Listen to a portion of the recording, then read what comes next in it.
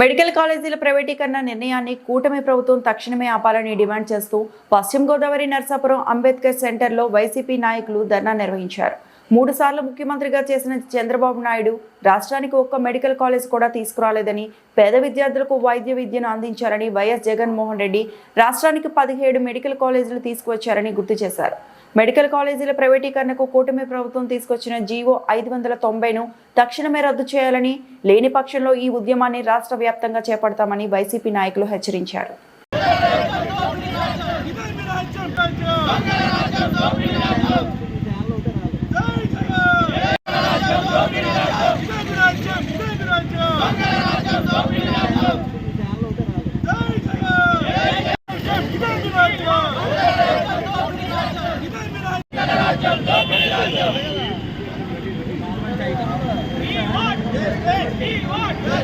ప్రభుత్వం వైఖరి నశించాలి,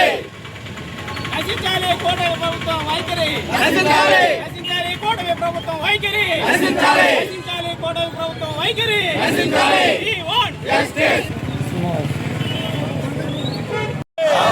మెడికల్ కాలేజ్ ప్రైవేటీకరణ వెంటనే.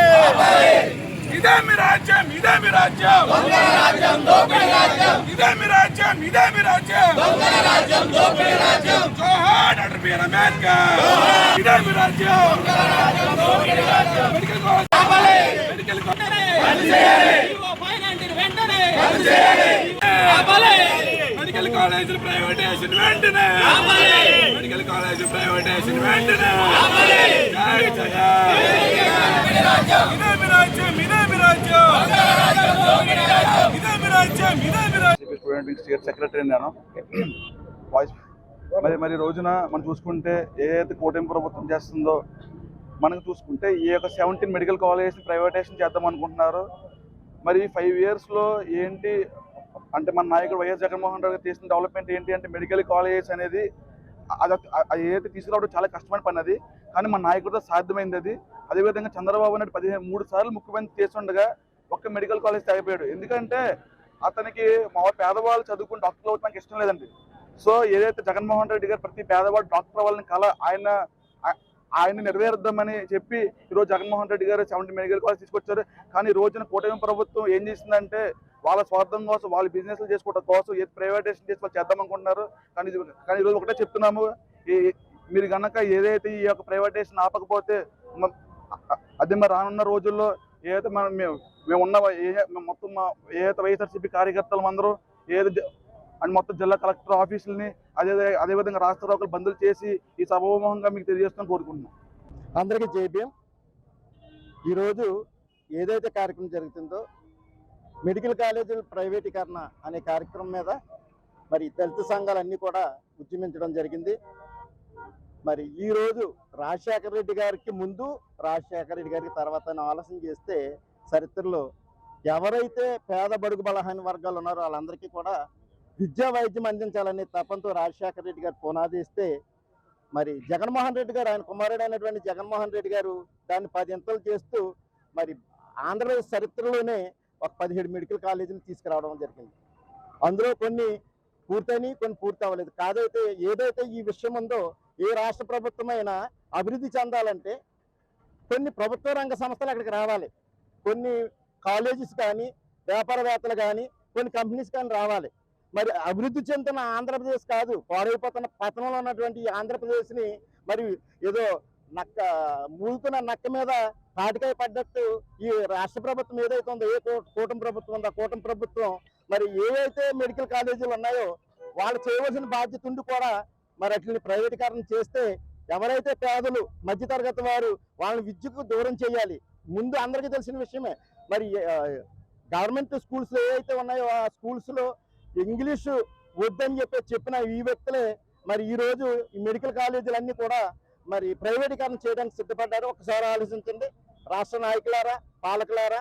ఎవరైతే బడుగు బలహీన వర్గాలు, ఎస్సీ, బీసీ, మైనార్టీలు ఉన్నారో వీళ్ళందరూ కూడా చదువుకు ముందెళ్తున్నారనే ఆలోచనతో వీళ్ళందరూ కూడా అనగదక్కాలని ఒకే ఒక ఆశయంతో రాష్ట్ర ప్రభుత్వం ప్రైవేటీకరణ చేస్తుంది. కాబట్టి దీన్ని విరమించుకోవాలని కోరుకుంటూ మరి ఇదే ఆపకపోతే ఈ ఉద్యమాన్ని ఇంకా ముందుకు తీసుకెళ్తామని తెలియజేస్తూ అందరికీ నమస్కారం. జై భీమ్. మరి ఈ రోజు రాష్ట్ర పార్టీ అధ్యక్షులు జగన్మోహన్ రెడ్డి గారి ఆదేశాల మేరకు ఎస్సీల్లో ఉన్న వైఎస్ఆర్ కాంగ్రెస్ పార్టీ నాయకులందరి ఆధ్వర్యంలో నరసాపురం ముదునూరు ప్రసాదరాజు గారి ఆధ్వర్యంలో ఈ రోజు ఇక్కడ జరుగుతున్నటువంటి మెడికల్ కాలేజీల ప్రైవేటీకరణని ఆపకపోతే రానున్న రోజుల్లో ఇది ఒక వైఎస్ఆర్ కాంగ్రెస్ పార్టీకో లేకపోతే ఏదో కాదు, అందరూ కూడా రోడ్డెక్కి వాళ్ళ గలం ఇప్పించే రోజులు దగ్గరలో కూటమి పార్టీకి ఉన్నాయని చెప్పి ఈ సభాముఖంగా మేము తెలియజేసుకుంటున్నాం. ఎందుకనంటే ఎప్పుడు కూడా రాజశేఖర రెడ్డి గారు కానీ జగన్మోహన్ రెడ్డి గారు కానీ పేదల పాలిట పెన్నిధులు కాబట్టి ఈ రోజు దాకా చంద్రబాబు నాయుడు గారు ఒక్క మెడికల్ కాలేజ్ కూడా ప్రవేశపెట్టలేదు. అటువంటిది ఒక 4-5 సంవత్సరాల వ్యవధిలో 2 సంవత్సరాలు కోవిడ్ లో పోయినా కూడా 3 సంవత్సరాల వ్యవధిలోనే 17 మెడికల్ కాలేజీలకి సెంట్రల్ గవర్నమెంట్ అప్రూవల్ తెచ్చిన ఏకైక నాయకుడు దేశ చరిత్రలో ఎవరైనా వైఎస్ జగన్మోహన్ రెడ్డి అని ఇక్కడ ఉన్న వాళ్ళందరికీ కూడా కంఠాపదంగా మనం చెప్పగలం.